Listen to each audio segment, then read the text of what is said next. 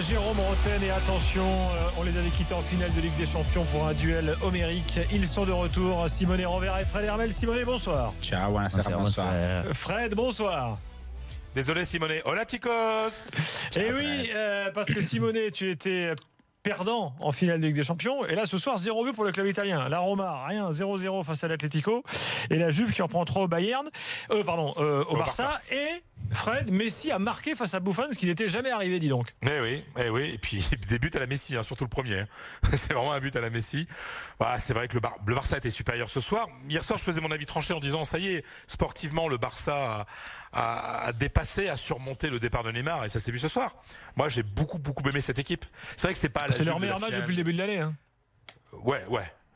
Bah, ils augmentent leur niveau par rapport à l'adversaire et je trouve que Semedo, il y avait un gros problème de latéral. Bah, Semedo, c'est pas mal. Iniesta, il va pas faire 60 matchs comme ça dans la saison, mais il est bien physiquement. On retrouve le bon Busquets. Bon, Dembélé est encore très timide, mais on sent que ça va venir.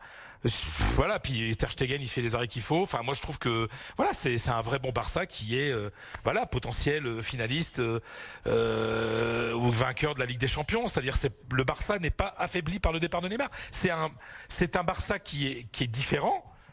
Mais je trouve que les recrues finalement c'est pas si mal. Donc je suis très optimiste. Comme je l'étais hier soir, je suis encore plus ce soir. C'était du bon Barça et puis surtout un Barça qui a pris 0 but lors des 4 derniers matchs, les 3 matchs de Liga et le match de Ligue des Champions de ce soir. Ça c'est ça aussi la patte Valverde.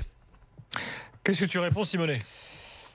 Il faut aussi évaluer l'adversaire. Ce soir, c'était la Juve plus faible des dernières, je pense, 2 ans en Ligue des Champions. C'était un Juventus qu'il faut oublier, celle de la saison dernière. Il y avait 6 joueurs qui étaient différents en rapport à celle qui avait gagné 3-0 à Turin. Et en quart de finale, on est au début d'une nouvelle époque. Encore une fois, la Juve change beaucoup. Je ne veux pas dire que ce soir, c'était un match sans importance parce que c'est les premiers matchs de la saison en Ligue des Champions. C'est toujours un match qu'il faut gagner. Ça, c'est sûr, ils étaient pas prêts. Mais la Juve, physiquement, on avait déjà vu qu'elle n'était pas prête. Et j'ai dit hier, dans mon avis tranché, que l'importance de Dybala, c'était parce qu'elle arrivait presque à cacher la difficulté de la Juve en ce début de saison. Et ce soir, on n'a pas eu un grand Dybala, on n'a pas eu un grand Juve. Non, mais déjà, la Juve, normalement, c'est une bonne défense. Et il n'y avait pas de défense. Déjà. Pas de défense. Quand tu joues avec Rougani, qui est jeune, et Benatia, qui n'a jamais été un bon joueur. C'était Benatia et Barzali. Oui. Rougani, c'est les choix d'Allegri, regrettable, comme plusieurs de ce soir, sur les bancs. Et tu te retrouves après 40 minutes environ avec Techilio. Benatia, il s'est jamais imposé. Benatia, il a fait une bonne saison une fois. Mais Benatia, c'est un bon remplaçant. Benatia était considéré pour la Juve d'être pour la Juve, et c'est pas un défenseur pour la Juve. Pour être derrière deux titulaires, il peut être bien dans des matchs des championnats, etc. C'est vrai qu'en Ligue des Champions, ce soir, on a vu l'effet que Barzagli est vieillissante. Et Benatia n'est pas au niveau. Ce que fait Messi sur le but, 36, 37 c'est 81, donc oui, c'est 36. Ce que fait Messi sur le premier but, c'est magnifique. Mais c'est en face, en défense, qui n'a rien à voir avec les Bonucci qui est sur les côtés alors. De Chiglio à droite. Des Chiglio à droite. Qui s'est blessé, non? Qui s'est blessé. C'est pas Sturaro qui a fini arrière droit. Et c'est Sturaro qui fait arrière droite. Pour vous dire, sur les compos d'aujourd'hui, de ce matin, Sturaro était en ballottage, non, d'hier, parce qu'après Mandzukic s'était blessé. Hier, avant de savoir que Mandzukic ne partait pas, Sturaro était en ballottage avec Mandzukic pour jouer haut à gauche. Il a joué à droite. Ça n'enlève pas que ce Barça a été très supérieur ce soir et que le Barça a très bien joué. Ça ne c'est pas simplement à cause de l'adversaire. Roma Atlético 0-0, énorme occasion pour l'Atlético qui aurait pu gagner. C'est-à-dire que l'Atlético, outre l'occasion à la dernière minute, à la 91e minute, cette tête de Saoul après la reprise sur le poteau, l'Atlético vraiment à peu près jeu égal entre deux équipes très solides jusqu'à l'heure de jeu. Après, Cholo Simeone fait des changements, fait entrer Correa, fait rentrer Carrasco, et là l'Atlético bouffe la Roma pendant pas une demi-heure. C'est-à-dire que la Roma s'est fait bouffer parce que se met à 3 derrière et cherche des espaces en contre. C'est un peu de tactique presque suicide à un certain moment, parce que tu dis j'attends et je cherche à partir en contre. Il y avait un penalty énorme sur Perotti qui n'a pas été sifflé, mon cher Fred.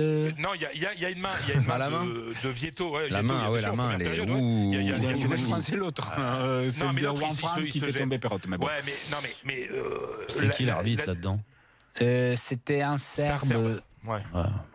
Ouais. Ouais, Mais c'est pas la première fois. Le truc, c'est que Fred, ouais. pour parler du jeu, parce qu'on n'a pas beaucoup de temps, la Roma est une équipe assez solide, mais qui après, quand l'Atlético a voulu attaquer, a eu beaucoup de mal à défendre.